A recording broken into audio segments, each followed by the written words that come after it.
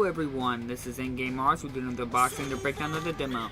This is Super Meatboy for the PlayStation 4. This is the physical copy release, a European import version of the game. I am not aware of any other physical versions of Super Meatboy outside of this European version here.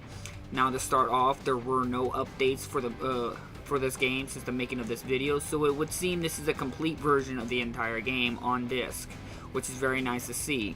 Now, Super Meatboy was a really popular indie game from Newgrounds, which Newgrounds is a site where indie developers and small publishing people and stuff like that, usually lots of experimental indie game developers, usually try out interesting ideas, and sometimes some games get released that are really popular and become cult classics, as well as become a big face in the gaming industry.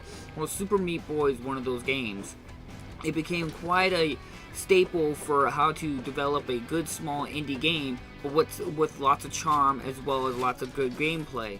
Now, Super Meatboy is one of those kind of trial and error kind of games, and if you're a person who has a hard time with constantly dying, have to constantly retry and retry, this is not going to be a game for you. This is a game that's meant to push you to your limits on your abilities of how to use the controller and how to dodge and weave, and just really difficult. Now the game starts off pretty simple and straightforward. It gives you an easy time to get used to the controls and everything like that, which is very nice to see, but over time when you get further in the game, it becomes extremely challenging. Now this game offers quite a bit of content for what little of an indie game it really is.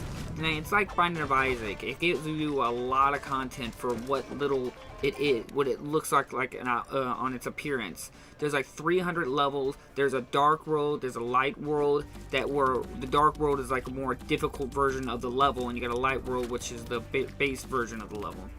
As well as there's secret item things pick up called bandages, where you can try to find them throughout the game, and then the more you collect, another special character you unlock. Now some of these characters are from other games, which is kind of cool, but even they all have their own abilities of their own, so that's really nice to see as well. As well as there's secret warp worlds, where it's like a retro feel kind of style game where you go and play in a different kind of like Game Boy or original NES style graphics. Really nice to see. Story is not super amazing, but it's still charming. The art style really reminds me of Binding of Isaac's artistic design. Maybe it's the same artist, I'm not entirely sure. I probably should have looked that up. But overall, Super Meatboy is one of those games I have to say highly recommend to put it in your collection, because it was just extreme fun and extreme challenging and a good reward for those who look for those kinds of games. But again, if you're someone who does not enjoy playing death and repeat, this is not going to be for you. But with great music, great style, and great gameplay, it's pretty good to have in part of your collection. The only little gripe I have with the game is that sometimes if I press the jump button and some reason Meatboy didn't jump.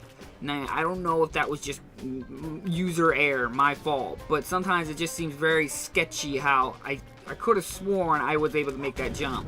It just seemed very off-putting at times, and it just felt like it wasn't my fault. It was like some delay in the game or something like that. But maybe I'm looking into it too much. Maybe if you let me know if you experience the same problems as well.